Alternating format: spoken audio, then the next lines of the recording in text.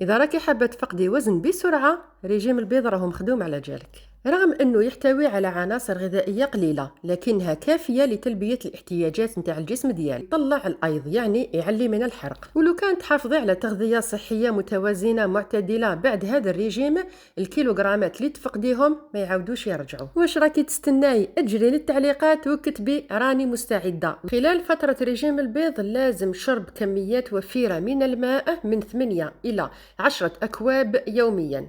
اليوم الأول: افطار الصباح: 2 حبات بيض مغلي، صحن صغير فواكه مشكلة ولا نوع واحد اختياري.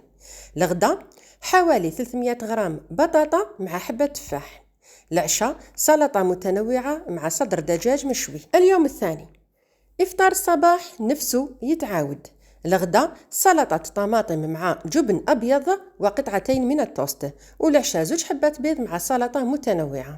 اليوم الثالث: افطار الصباح: قطعة توست محمصة، 2 حبات بيض مقليين في زيت زيتون مع قطعتين من الدلاع. الغدا: سلطة خيار، قطعة جبن مضغوط، علبة ياغورت طبيعي. والعشاء: 3 ملاعق رز مع سلطة وصدر دجاج.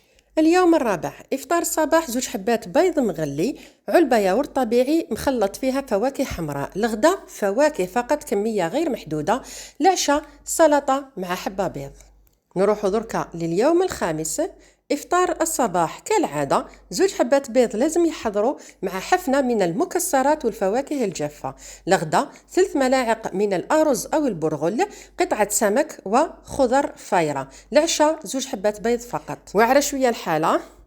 نروح لليوم السادس: افطار الصباح: 2 حبات بيض مع تفاحة، إذا ماشي متوفر التفاح بدليه بنوع آخر من الفواكه.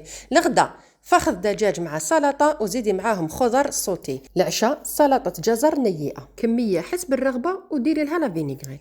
اليوم السابع والأخير: افطار الصباح: 2 حبات بيض مع أنواع مختلفة من الخضر النيئة. الغدا: خضر مشوية مع قطعة جبن. والعشاء: زبادي ياغورت طبيعي مع فواكه مشكلة.